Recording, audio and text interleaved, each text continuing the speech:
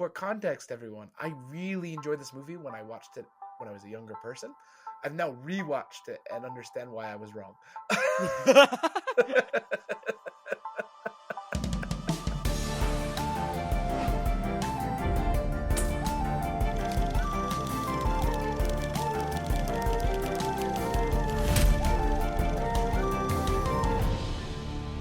Hello, everyone. Welcome to Flip the Scripts and Adaptations podcast, all about some of your favorite adaptations. I'm Ankit and Madhira. And I'm Stephen Evan. And this week, we are looking at a classic. We are looking at The Giver. It is such a pleasure to do The Giver. Now, to preface this episode, before this episode aired, before we did our work for this episode, Ankit had read the book and not watched the film. I had watched the film but never read the book. So it was a really fun kind of thing where we both went, oh, I really enjoy this IP. Let's read the other thing. And I'm really sad I never read the book before now because it's freaking fantastic. I really enjoyed it. It's a really good book. You see why it became required reading. It just wasn't required reading when I was in school. Yeah. Fair enough. Or maybe I was a bad student. I don't know.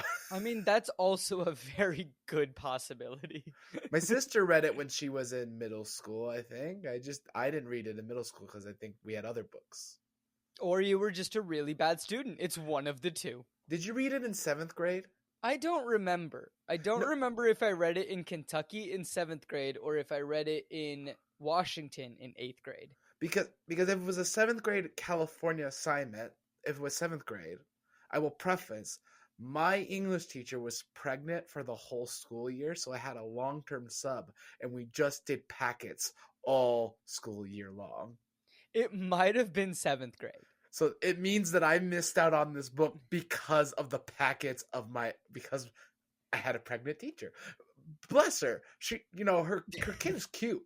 How dare she? No. It's fine. Like, have your kids. It just meant like 9 months of the school year I had no English teacher. I like how they just had a long-term sub and didn't just get another English teacher into the room who could teach the curriculum for 1 year.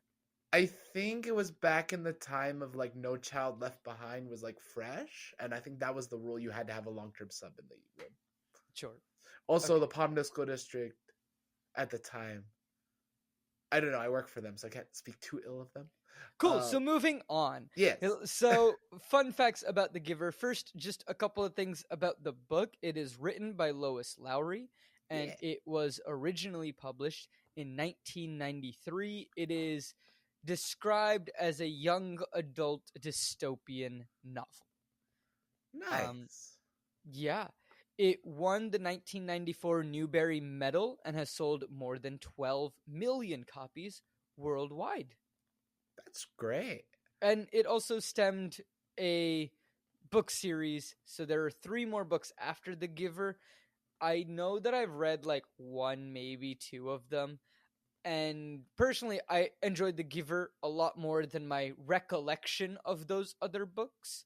I don't have much recollection of the other books, but it did stem 3 sequels as well. I wonder if the 3 sequels like are also part of this adaptation. So like one of the reasons we may complain could be something that was retconned in the sequels that we have no knowledge of. No. Oh, okay, cool. No. I'm wrong. I like being because wrong. The reason I can say this with confidence is in the copy that I had when I read it, there was like a whole section at the end, which was Lois Lowry talking about this book and like, where did she get the ideas of this book? How did it formulate all of that stuff? Right. So all of that was at the end of the book. And like the second book doesn't even follow the same characters, if I remember correctly. Like they're vaguely mentioned, or like it follows Jonas, barely mentions Gabriel, who we'll get to him. I think like the third book talks about something else, and then the fourth book is Gabriel as an adult or something like that. Like it's completely, like I don't fully know. So. Okay. Well, no, I just mean, okay, cool. Let's more fun facts, Ankit. Let's get fun facts about the film. Yeah, just so you know, always in the first episode, unless it's a series, Ankit will always give fun facts, and yours truly will always give questions on the second episode. So we're doing fun fact time with Ankit. In case this Yeah. is your first time watching us. Thank you. If it is, welcome. Or listening. We appreciate you watching / listening however you want to. However you like it. So, The Giver has a 6.4 IMDb rating Ooh. as a film. Ah. It is a 2014 film directed Yes. by Philip Noyce. The writers are Michael Mitnick, Robert B. Wade, I think is how I pronounce it, Weide, and Lois Lowry. And, she wrote it. She helped write it. I mean, she's on the writers' team. But is she like Suzanne Collins on the writers' team in Hunger Games 1? Or is she like Suzanne Collins in Hunger Games 2? I couldn't fully tell. Give me 1 second. That's okay. Just so you know, just the preference of what I just asked Ankit about, in case you don't know this. Suzanne Collins was majorly involved with the writings of Hunger Games 1, and we talked about it in our episode of that, but she was less involved in Catching Fire and subsequent films. So Lois Lowry, less involved. She's not credited for screenplay. She is credited for book on IMDb. Great. That's good to know. I mean, it makes a lot of sense. I just want to make sure. I was like, because there's some complaints that I have, but if Lois did it, I'm like, well, it's your book. It's a film adaptation. I can't really complain. But because she wasn't like fully involved in the screenplay, I can't complain. We can complain. We can complain, everyone. Yeah. We can complain. What was the Rotten Tomatoes score? Do you want to take a guess? So it was 64% on IMDb, because is IMDb a combination of critic and audience like together? Is that like the idea of IMDb ratings? I think so. For context, it does have 125,000 ratings. I'm going to guess that the ratings for the critic score are lower than the audience score, because it wasn't that critically acclaimed when it came out, because it didn't get the sequel that they were planning, because they were planning do the 4 movies. Like there was talk of it. Oh. And Jeff Bridges was like signed on for 4, I think, with that company, with like New Line Cinema. Okay. It was new. No. It's not New Line. It was something Gate. Not Lionsgate. I don't think it was Lionsgate either. It was a company that I recognized that had done a couple films that we've watched on this podcast. I just don't remember what the company was. I didn't write that down. It's a logo that goes on in the beginning, and I just literally start watching the film. It was free on Amazon Prime. That's what matters. Woo. It was, I would have to say it was probably a 50 to 60% for critic score. So not that high critically acclaimed. So 50 to 60. And for audience score, I'm going to give it somewhere in the 70s. Yeah, no, it was a 55% for the audience score and a 35% for the critic score. Really? Yeah. Wow. Now, for context, everyone, I really enjoyed this movie when I watched it when I was a younger person. I've now rewatched it and understand why I was wrong.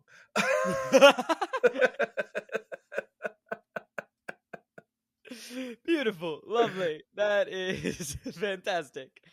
So, yeah. Fun fact though, it also has 3 wins for awards on 6 nominations. Really? Yeah.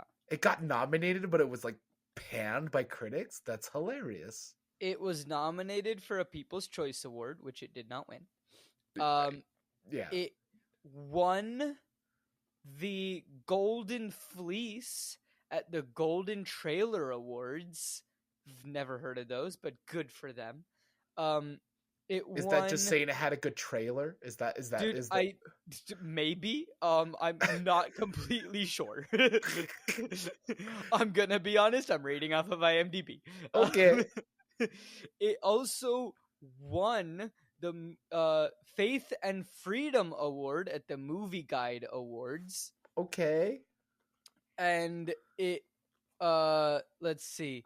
Philip Noyce was a winner at the Heartland Film Awards for Truly Moving Picture Award. Cool. I mean, they didn't get nominated for an Oscar or anything like No, that. no, no. So, They got nominated for most things that people, unless you are very, very, very avid movie award people, you probably haven't heard of this, considering Stephen and I haven't heard of many of them. sounds good. So, always in the first episode, I like to give a little summary of the book and the before we hop into the adaptation. So, this book is about a character named Jonas and his two friends, Fiona and Asher.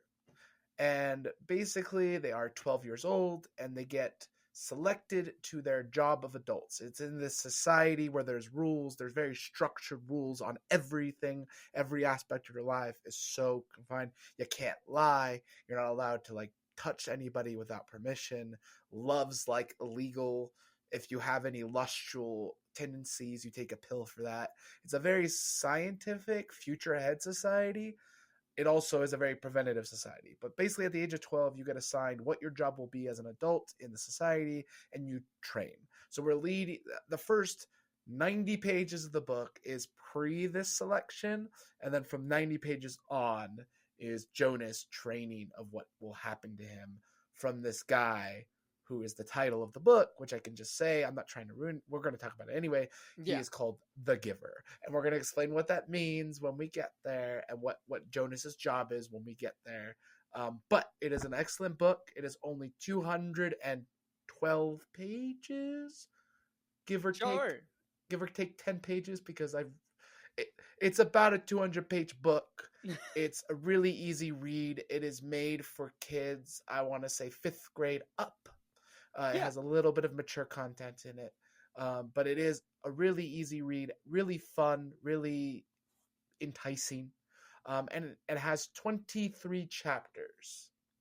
So you could read it over 23 days if you want with your, to your 12-year-old if you like reading to them, or older, or younger if you're okay with the book. Read the book first before you decide. You're the parent. I'm not going to tell you how to parent your kid. Or if you don't have a kid, read the book if you haven't read it. It's a good book. It's a good one. Yeah, I really enjoyed it. So, shall we get into the adaptation? Sure. The reason we're all here. Yeah, I mean, it's been 12 and a half minutes. Maybe we should get into this. We always have to do our stuff on the first episode. You know this. I know this. The audience now knows this if they're new. The audience knows this if they've watched us before. This is how we do things here on Flip the Scripts on Co-op Forge. So, The Giver, the film, opens up like many of these film adaptations seem to do. I mean... I think this is just a thing now. I feel like in every film adaptation we watch lately, it opens up with writing. Like it's always just writing on the screen, and I have a question for you. I'm getting tired of it.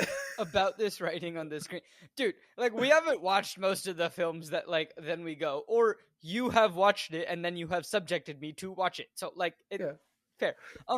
But question for you, because I didn't realize this was on Amazon, so I watched it on other website elsewhere.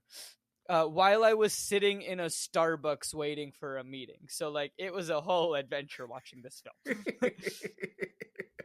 Was all the text for you in, Russian or some other language that you couldn't read, or was it in English? It was in English. Hey, what did it say?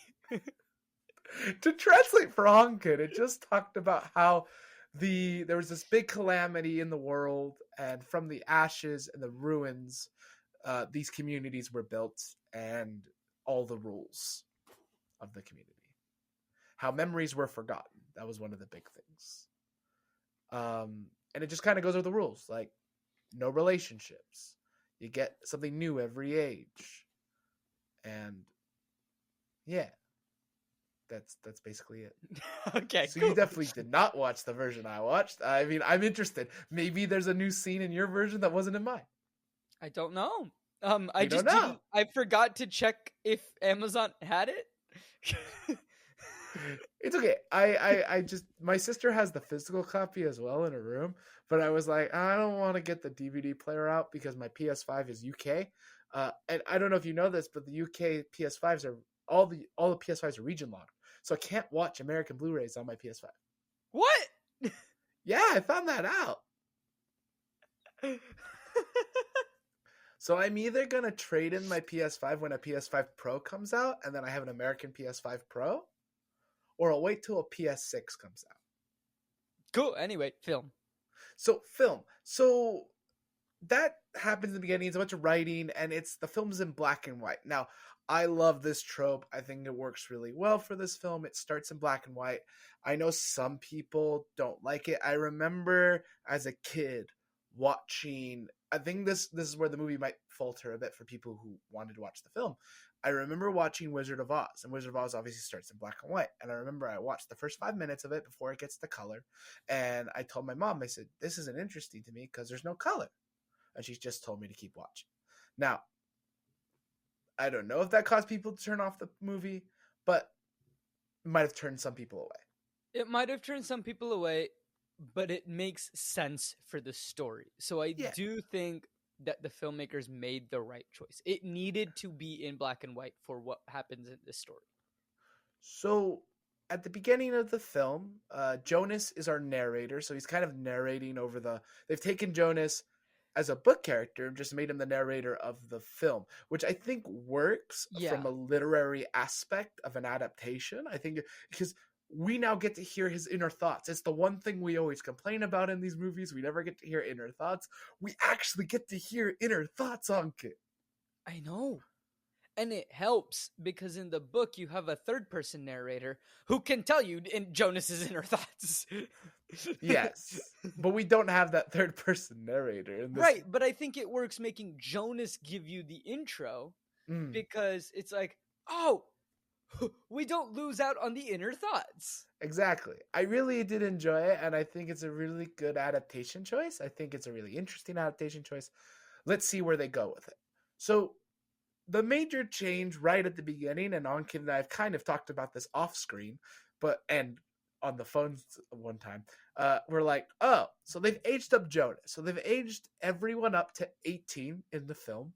So Jonas, Asher, and Fiona are now 18, and their graduation day is the next day. Now, the thing to me, that makes The Giver more impactful as a reader is the fact that Jonas is 12. Yeah. And he does all this stuff as a 12-year-old. Yeah. I didn't like that they aged them up. It causes problems for me later in the film. I agree. I partially understand why they aged them up, though. I understand why.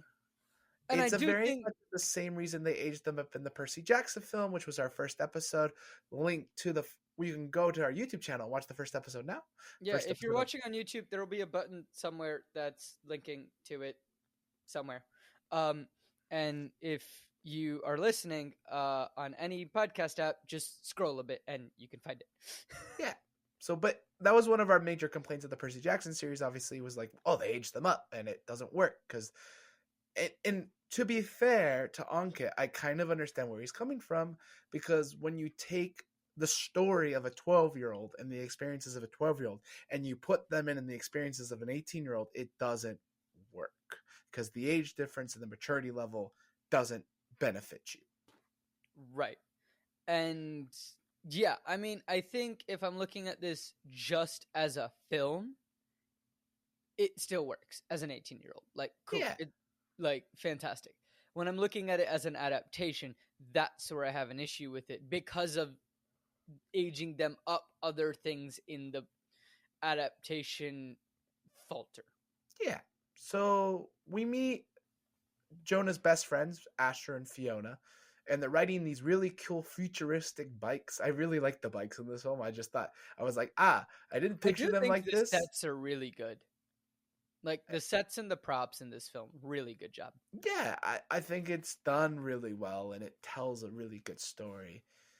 Then they're riding their bikes to the nurturing center. Now, there's something they don't explain in the film, and they do explain in the book. Jonah's age of 12, he's not... we're going to say at 12. We're just talking about the book perspective, so he's 12. When you get to grade 12, because it goes by grades in the... It's like kind of each age is its own grade kind of deal. Like, that's how it works. Jonah's 12. And so or could be older because we'll explain what it means when you turn 1 in this society when we get to it. But Jonah is 12 in this society, and by the age of 11, you are assigned to start volunteering, and you have to volunteer at places. I thought it was 10. You're right. Sorry, it is 10. Okay. By the age of 10, you have to start volunteering in places. So for 2 years, you volunteer until you get that 13, till you get to that end of that 12th year, and then you get assigned a job. Now, they end up at the nurturing center. So they end up going to the nurturing center to work, which is not correct in any perspective. They actually go to elder care in the book. Now, Fiona is really invested in elder care. That is like her. She's really good at it. That's her thing. And the only reason Asher and Jonas end up there is because none of them, they don't want to do anything else. They just want to hang out with Fiona. Yeah, they're just like, okay, we might as well just go hang out with our friends. Yeah. One thing I will say that I miss is, like, it is a trio, but at the beginning of the film, I don't get the sense that, like, Jonas and Asher are close as friends. It's not enough to tell us they're friends. You have to show us they're friends. Yeah. And Asher also has Jonas says in his hot thoughts, something that's missed, that Asher might have a crush on Fiona. Like, he has feelings for her. Yeah, which is weird, because love is outlawed. It's not love. I think he says he has affection for her. Because you have to be very specific on your wording in society. Everything has to be so but specific. affection is also outlawed. I don't think he cares that form for her. that form of affection is outlawed. Yeah. But that's because Jonas can see things. Maybe it is hidden to everyone, but Jonas can see it. You know what I mean? Maybe, but he's not supposed to be able to see anything yet. Well, kind of. In flashes, this isn't what he's supposed to be seeing, and it's not fair. what he sees. So, this is the issue that I had. And then, they're supposed to go to elder care, not the nurturing center, first of all. And then, I mean, you're gonna say it. I'm assuming it's the next thing. They meet Jonas's dad, and then he tells all of them that, hey, this is a baby and his name is Gabriel. Yeah, so just so you know, so the babies are born from birthing mothers. So you're not raised by the person who births you. This is a very interesting society, different. And you're not named until you are guaranteed you're going to live in this society, and that's when you turn 1. You are not 1 until you are named. Yeah. And he broke the rules by finding out Gabriel's name, but he wouldn't tell Asher and Fiona this is Gabriel. He only tells his family, and he's like, we can only use that name at home. Otherwise, he'll get in major trouble. It just doesn't. And also, like, he didn't tell them subtly. He just said, his name is Gabriel. And I was like, there are other nurturers around, and, like, you're not even whispering. No. So they're all around baby Gabriel, because we can call him baby Gabriel, because we're not controlled by the society. Hey, and they didn't age this one up. No, it is actually a baby Gabriel. All of a sudden, he sees a flash of red. He sees Fiona's hair turn red, which freaks him out. And he's like, whoa, what's going on? This does happen in the book, but a little bit later. And wait, yeah, it's fine. It's fine. They move some stuff up. Then they're walking in a park, it looks like, and Asher's making a joke about elder care, which would work if they were just taking care of elders. Yeah. Not babies. So I said the joke was weird. The joke fell flat. It felt so flat. I have no understanding of what joke you're talking about. Yes. So the thing is, in the book, Asher is like almost like a clown, is the best way I can explain him. He's the class clown. And you would expect in this society, they'd be like, no, Asher can't live in this society. But he's made it through, but he is still supposed to be like the class clown. Like, he has fun. He can't sit still. He fidgets a lot. He gets his words mixed up. And in this society, you have 3 strikes. Now, if you get to the 3rd strike, you're Released from the society. Released from the community. And Asher I believe has 2. Maybe. I think they said he had like 2 or like 1. So there's a little worry about Asher being released from the community. So then they see this waterfall hedge and they each run through it, and so they can talk privately. And I'm like, number 1, there's an opening at the top with a camera pointed at it, so it's not private. Yeah. Number 2, why? That was my question. I had a question later. I was like, are there like no cameras that can't look into that? Yeah. I don't know. Makes no sense. But they decide to go get wet through this weird waterfall triangle thingamabob. And they're like, we're friends. We're the triangle. We're always going to have each other's back. And yeah. Woo. And so much excitement.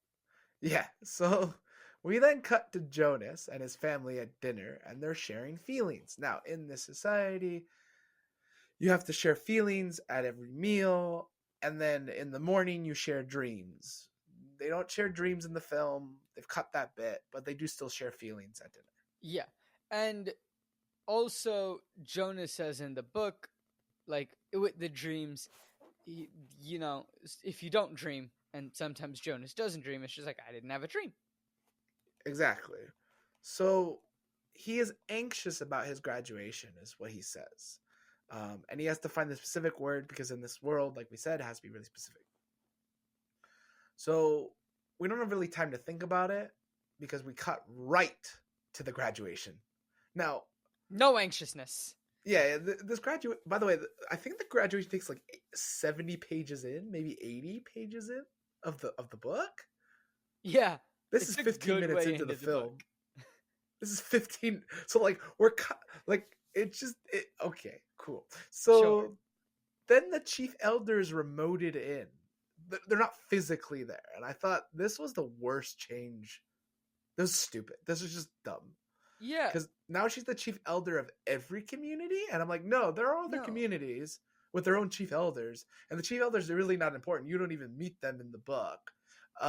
You see them, like they talk, but this is the only time that the chief elder even exists in the book.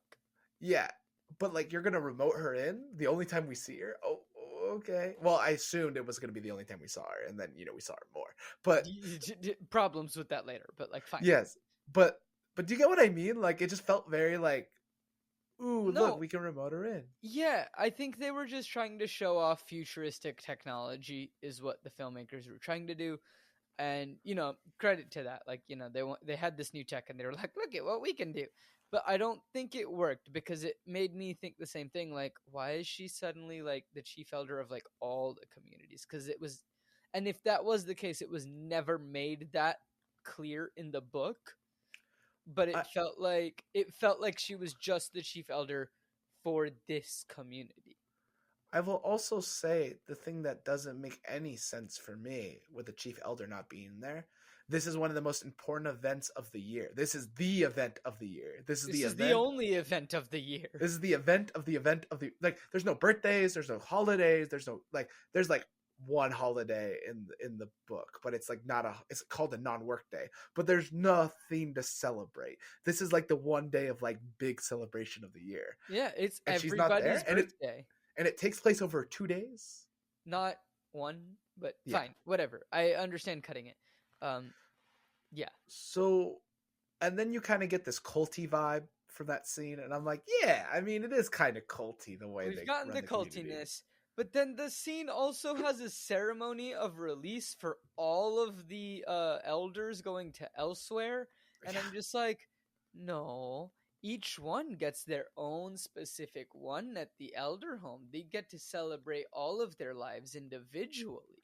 And no one can go to those release parties that actually knew these elders, because you can't let the people who were raised by them go to these things. Like, it's supposed to be like a private release party. Yeah, it's a private release party where only the elders go. Yeah, so it was just a bit weird to have like, look at these people, they're getting released. Look at these babies, welcome. Like the babies thing is true. The The baby's baby's getting true. named. Yeah. They also skipped Caleb. So there's a baby that died in the river at 4. Yeah. And a family was who lost their baby. They renamed the baby Caleb. I think it was Caleb. Was Caleb the name? That sounds right. So they renamed it Caleb, and everyone's like, Caleb, Caleb, Caleb, Caleb. More culty vibes. But also just because this family who lost their child now has a new child to take care of. Yeah. And to be fair, like these aren't families like you and I have, or families that some people have, some people don't. But these are not families like you're just raised by these people. Some people are probably better at it than others. Yeah, you live with these people. That is it. Yeah. Although I do say the dad of Jonas is like actually like a dad. Like he acts like a dad to Jonas. I think Lily. even in the book, like and the film, right? The dad is a dad. He's like, look, I will do everything in my power to help you. Mm-hmm. I think the mom in the book is also really good.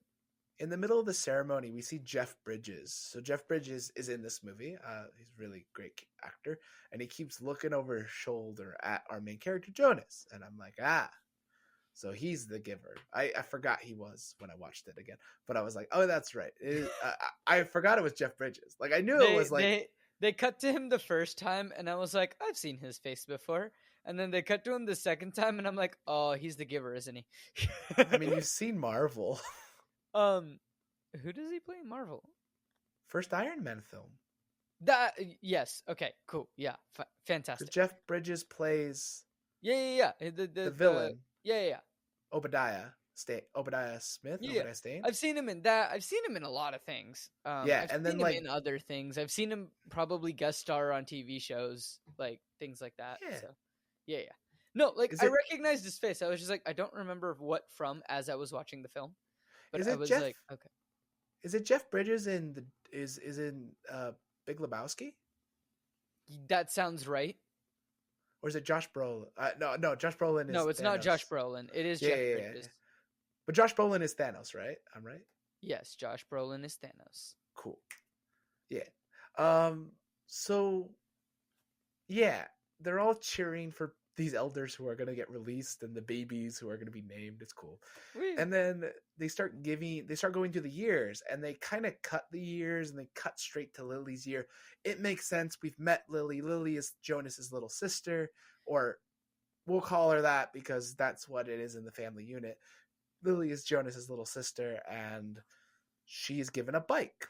She's supposed to be turning 8 and getting a coat with buttons on the front, not a bike, which you get at 9. Yes, but it's fine. It's fine.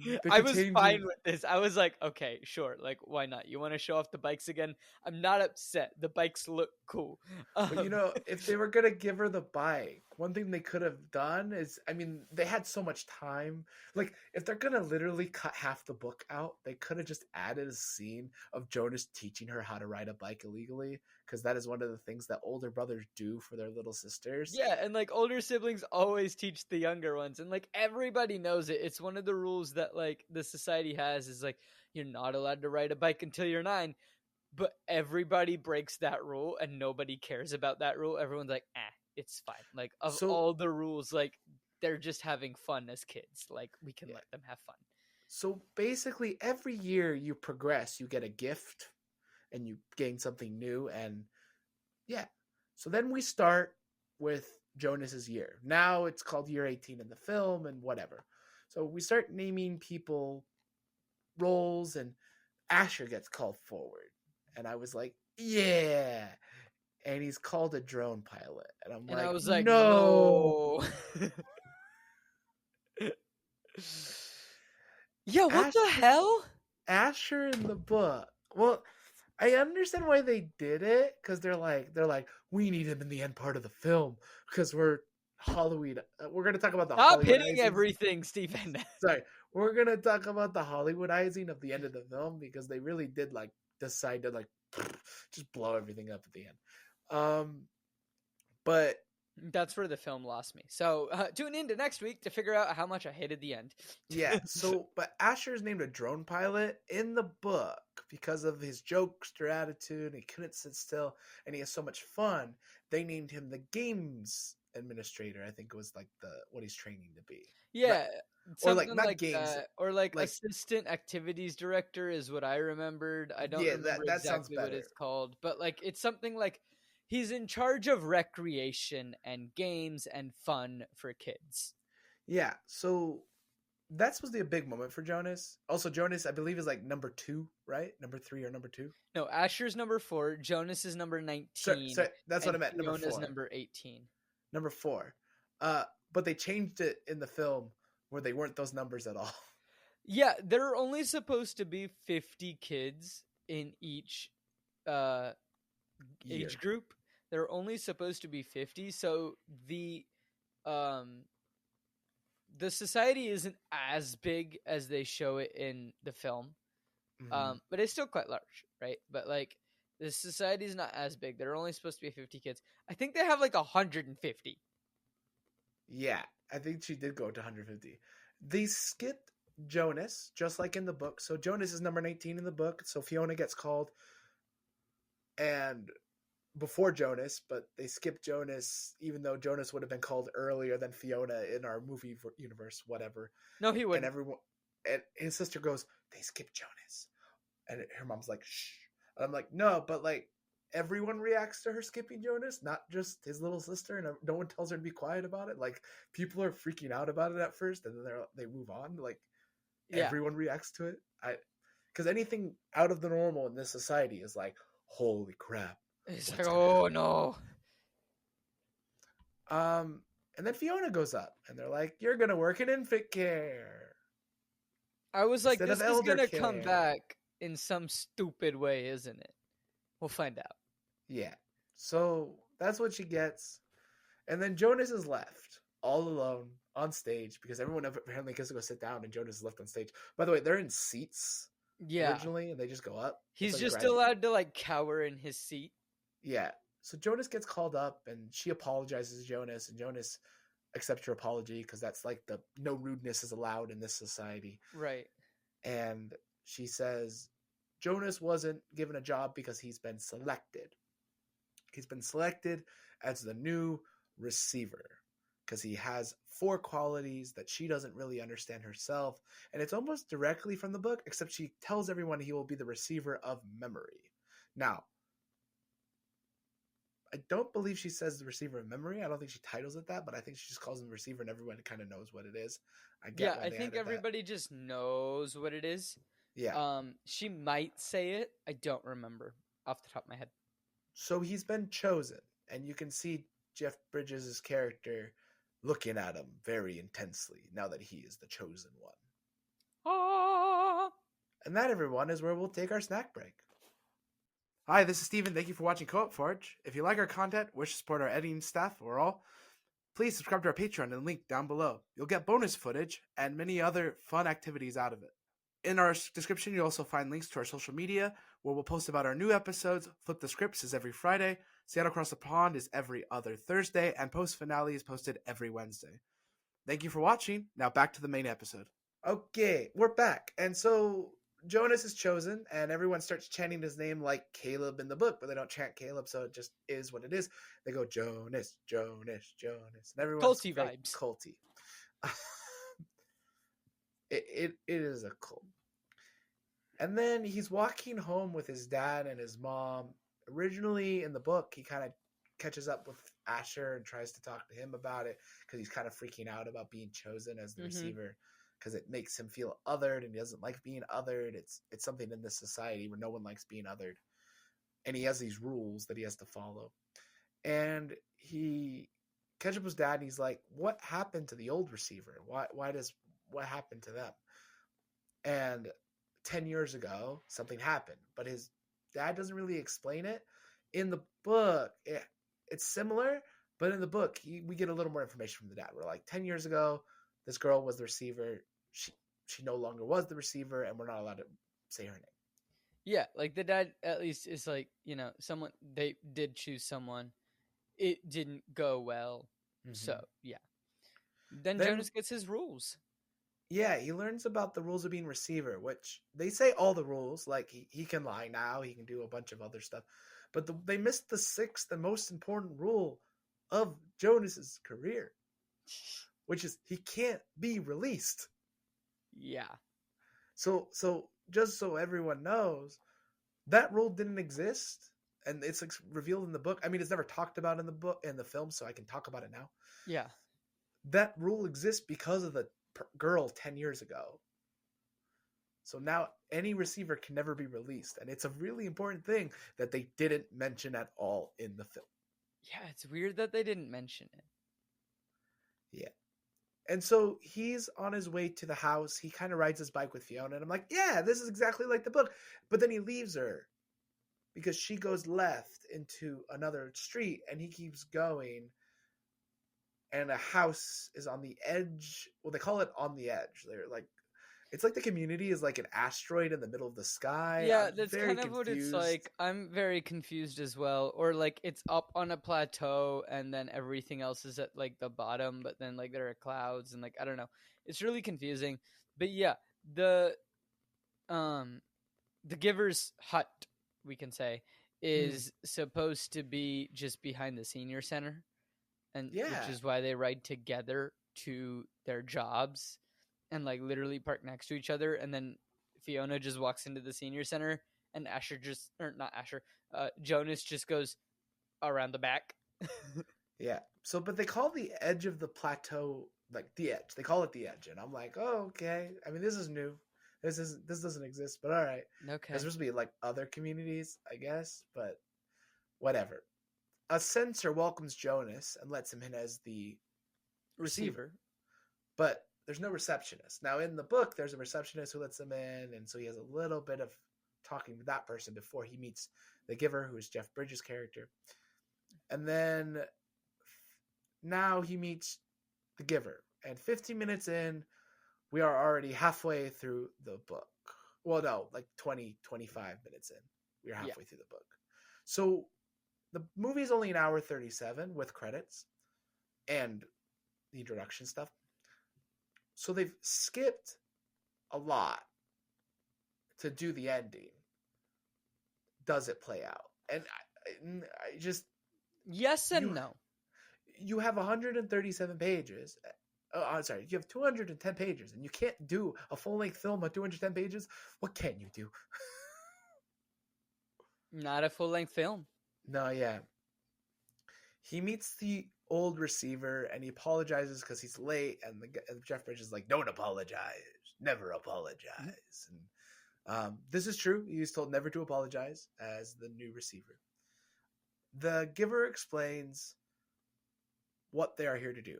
He's like, you are going to be learning the memories. You're going to be gaining wisdom so you can help people and use that wisdom to advise the elders. Which, like, yeah, that's true from the book perspective, but in the film perspective, not so much. Because no one seems to listen to him anyway. He then starts to grab his wrist. He's like, sit closer to me. Sit closer. Sit closer. Sit closer.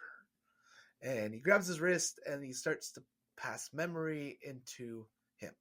Now, in the book, he lays on a bed and his hand goes on his back, and that's how memories are transferred. So it went from transferring from the back to the wrist, which I think is a really weird change. I don't get it. It's an interesting change, but also, like, I wasn't super upset by it because at least there was the consistency. That throughout the entire film, it's the wrists. They messed it up at one point, but we can talk about it. With Gabe? Mm-hmm. Okay. Sure. At least with Jonas, it's always wrists. Yes. And he transfers memory through the wrist. The thing that gets kind of skipped over, and this was really important for him to say to Jonas before they even start transferring memories, is he tells Jonas, you can ask any question you want to me at any point. Please ask questions. Yeah. And Jonas never gets that permission, so he never really asks questions of the receiver in the film. in Whereas the film. in the book, Jonas is constantly asking questions. Because he's never been allowed to before, so it's a really exciting thing for him. He's like, ooh, this is new. This is new. And so we cut to Jonas, and he's like discovering snow and a sled. He's riding down the sled, and he rides it down, and then he sees a house. And I was like, this is not like the book. Yeah, so in the book, he just rides the sled, and he just gets the bottom of the hill. But in the film, he rides it down, he sees a house, and they're having like a party inside, and it's Christmas. It's Christmas. Yeah, he sees Christmas in the book later. Mm-hmm. And then he kind of wakes up, and he's like really excited by snow and the sled, and he asks, what's so dangerous about that memory? And he's like, well, he learns about balance in the world. Well, snow prevented agriculture prevented food, famine, all these things, and that's why snow doesn't exist anymore. They have perfect climate control. Sorry, not climate change. Yeah. Then they go for a walk. And he's like, we're outside.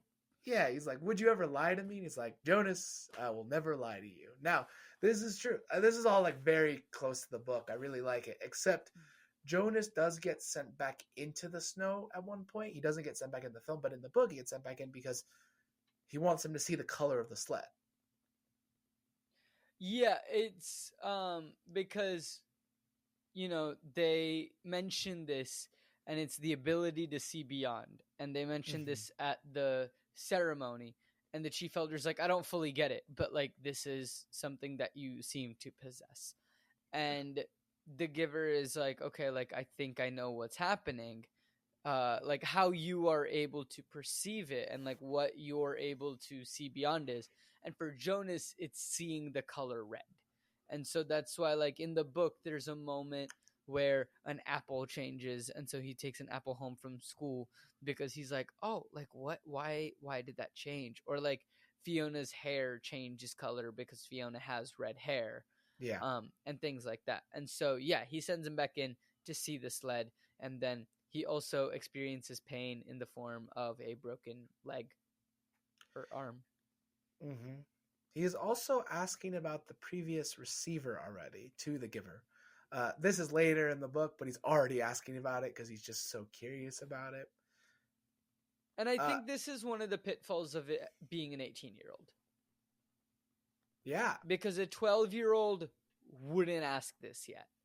Because a 12-year-old's like, I'm still so confused. Like, I'm still super scared of what I'm supposed to be doing. Like, I don't want this honor, is kind of Jonas in the book. He's like, I don't want this. Like, but, I've been given this. So with that, but then with it being an 18-year-old, just being more mature, I think like he is a bit more comfortable already to be able to ask harder questions, even though he's never been allowed to ask questions. I just think like the maturity of the 18-year-old would allow for that. Yeah. And then Jonas is like, well, if I'm the receiver and you're the receiver, what do we call you now? Because we both can't be receivers. And, he's like, well, if I'm the receiver, if you're the receiver, then I'm the giver. Roll credits. Thank you. You get me. I don't know. It was a lot more impactful in the book. But it's also exactly the same in the book. Yeah. So moving on. So we cut back to Jonas's house, and there he is in his bed. His mom comes to talk to him. She's like, "Oh, how'd it go? How did it go?" And I'm like, number one, you're not allowed to ask that. Number two, you're not allowed to ask about that. Yeah, I like the mom in the book. I don't like the mom in the film. No. Also, he's allowed to lie. Like, he is straight up allowed to lie to her about what he does. And then the door rings, and Gabriel in a basket gets dropped off and says, you will watch him because he still is not passing. So Gabriel was not really explained in the film. Gabriel does come to live with him. That's book accurate. But why does Gabriel come live with them? Well, it's because his dad works in the nursing area, and Gabriel's a bit fussy at night. So if Gabriel didn't pass, so if Gabriel doesn't pass again by the next year, he'll never be allowed into the society. He'll be released as a baby. Yeah, and the thing is that like Jonas's father had to go for special permission for Gabriel even to get one more year. So Jonas goes up to Gabriel to see him, and he's like, "Oh, Gabriel has the same mark as me," because Jonas has like a mark on his wrist, and so Gabriel also has a mark on his wrist.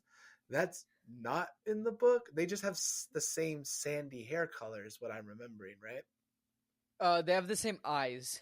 The same eyes. That's right. Yeah, the same eyes, which is like, it's like grayish eyes. You might be related. Yeah, but like the entire time, it's also just like, nobody can see color in this society. Yeah. Except for the receiver, and now slowly Jonas. So actually, if you notice, like, I think they do a really good job, because like we still don't see color yet, but like we'll start seeing red in the film. Yeah. So like I think they did like a fun job there. No, it's just the eyes, and it's like they have paler eyes compared to the rest of the society, who tends to have darker eyes. Exactly. And once you see color, you notice that Jonas's eyes are blue, and Gabe's eyes are blue, and everyone else has brown eyes. Yeah, I think like maybe, which is not true in the film. No, everyone has all color eyes. Yeah. And like, honestly, if that was the only difference, fair. Like, you know what? Fair. Like, I can't get every single actor to wear contact lenses, potentially. So we cut back to him doing a training again with the Giver, and he's now sailing on a boat in full color, and he's experiencing vibrant color for the first time. It's this amazing thing for him. It's the first time we've seen full color in the film. It's quite astounding. And then he cuts back to the real world, and he starts to see red. He sees apples as red. He starts to see everything, and he's like, "That's amazing. Why can't we see color? Why is this gone?" And they explain sameness. They explain the idea that in this society, if everything's the same, no bad things can happen. Cult. But also, like, how did they get color out of people's memories? I have a lot of questions about this book. I've accepted that, like, this is the society that we've lived in, right? Yeah. But, like, how? I don't know, man. So Fiona finds Jonas after this scene, and he tries to show her what he sees. He's like, you gotta see this color, and it doesn't happen. She can't see what he sees, unfortunately. Only certain people he can give that ability to, like Gabe. Yeah. But he can't give it to Fiona. Asher, in the book, he tries to give it to Asher, and him and Fiona are still friends, but Asher, like, he's 12, so he's gonna go to Asher, who's his best friend. Yeah, not the girl that he's in love with. Love. We're gonna talk more about that. We'll talk about it. I'm sorry. Precision of language. Asher interrupts their little love language thing to show them the drones that he works for. He's like, "Yeah, I do drones now, and I flew over there with my drone, and there's this." He's like, "I'm a cool guy." Yeah, and I'm like, they really killed Asher's character, didn't they? Yeah, he was supposed to be fun. Yeah, he's not fun in this film. He's just broody old teenager. And then they were like, "We want to know your secrets. What are you doing, Jonas?" And Jonas is like, "Well, I can't tell you, but I can show you." So, which in the book he's not allowed to show them either. Sure. So he sets up these trays, and he's like, "We're gonna slide down this thing," and then Asher's like, "Nah," and walks away. And I'm like, No, Asher would actually Asher would 100% do it. Fiona would be the one of like, "I don't know, Jonas." Yeah, exactly. So her and Jonas, because Asher walked away for some reason, slide down this thing on trays, and I'm like, "Oh, this is a really fun moment. Crazy, but fun." I have an issue with this moment. that it doesn't exist in the book or what? Oh, no, I don't mind that it doesn't exist in the book. That's fine, whatever. If they were coming down at that speed and that velocity at that angle, they would not have gracefully landed on the grass like they did. Oh yes, yes, yeah. That is hands down true. I was like, is she gonna break her leg? I literally, because he was like, stop with your feet, and I'm like, no. That's how you break. That's how you break your femur. That is literally how you break your femur. That was my issue. Okay, that's a good issue. I like it. I like it. I like it. I didn't mind. Like, I was like, okay, cool. Like, again, in context of the film, I think like it works, right? Like Yeah. the scene works in the context of the film. It's not in the adaptation, but like it's not in the book, but like that's fine. Like, but in the context of the film, it made complete sense. So I didn't mind the scene. I just minded that like she would have hurt herself. Physics? You just mind physics? I just minded physics. I wasn't ever like great at physics, but I do understand physics. And after they land, they touch each other because they get really excited. And then you hear a thing that says, "Do not touch people if they're not part of your family unit," over like a loudspeaker. Yeah. Now, in the book, every time you break a rule, there is an announcement that is made, not to single anybody out, but it just says, "Don't do this thing," and it's supposed to just kind of be directed at whoever. But the people know, and they usually like fess up to it. So, for instance, when Jonas stole the apple, that Ankit explained, because wonderfully, they actually announced it, like, "Do not steal from the mess hall at school." And he went to his parents the next day and was like, "Yeah, it was me. I stole the apple." It's like, I didn't mean to. It was just curious. So then we cut to the giver talking to the leader about Jonas breaking rules. And I was like, this is new. Yeah. First of all, the giver doesn't report to the president. He is kind of isolated. He doesn't need to report to her. He can do whatever he wants as the giver, really, because they need him. The giver pretty much has free reign to do whatever he wants. Yeah. He reports to nobody. He does what he wants. He only shows up when they're like, "We need advice." So they talk about the incident 10 years ago again. So they keep referencing it. And he is warned not to fail again. Yeah. And I'm like, okay. And like, also after this conversation, it made me start thinking, are they trying to add an element that the chief elder and the giver are married? Like, I don't know, something about this conversation just made it feel, because they started talking about the failure, and the giver was like, well, you should have cared as well, like, blah, blah, blah, things like that, right? And it was just like, they're trying to, like, say that these two were, like, parents together at some point of, like, some child? Of the like, child of the child that, like, there. Yeah. Like, are they trying to say that these two are the parents of that? Like, or were they both the parents, like, of that child? Like, what is going on? It just gave me weird, like, we were a couple and then we got divorced because something happened to our kid vibes. Yeah. And that, everybody, will be the end of our first episode of The Giver. Woohoo! So next week we will finish the book and we were going to rate it and we're going to get there. There's a lot. I mean, the first half was fun. We hope you enjoyed our episode of the first episode of The Giver. We'll see you next week for episode 2. If you really like our content, please follow us on all the social medias. Follow our Patreon, and all alike. Also, if you want to keep watching us and you can't wait till next week, watch our previous videos. We just did the Ender's Game last week. So if you like Ender's Game, watch those 2 episodes. Yeah. Or anything before. We have lots of episodes. If you want to check out other episodes that are also produced by Co-op Forge, we have Post Finale, which new episodes come out every Wednesday, and that is all about films, because I've seen nothing and Steven got mad at me. And we also have a sports podcast all about the important things in sports. So if I have my dates correct on when this episode is coming out, one of our recent episodes should be talking all about the Olympics, which should be happening right now, and like some of the big storylines that are coming through for the Olympics. But also some of the silliness of things that we are excited to check out. So be sure to check all of that out. They can be found wherever you get your podcasts. But thank you all so much for listening, and we'll see you next week. Bye.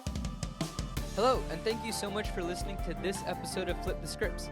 Flip the Scripts is created, hosted, and produced by Ankit Madhira and Stephen Nieman. Our editor is Sebastien Hollich. The art is by Kshitija Madhira, and the music is by Sebastien Hollich. If you like the video, you can click to listen to the next part, or if it's not out yet, you can find one of our previous episodes. Or if you want to check out some of our other content, here's a fun video from another one of our shows. Don't forget to subscribe, hit that like button, comment, and hit that bell icon to get notified of all of our content when it releases. Subscribe to our Patreon if you want bonus content. Links to all of our social media and Patreon are in the episode description down below. Thank you for supporting our content. Come back next week for more shenanigans from Co-op Forge. New episodes for Flip the Scripts release every Friday, Seattle Across the Pond every other Thursday, and post finale every Wednesday. Thank you so much for listening, and we'll see you soon. Bye now.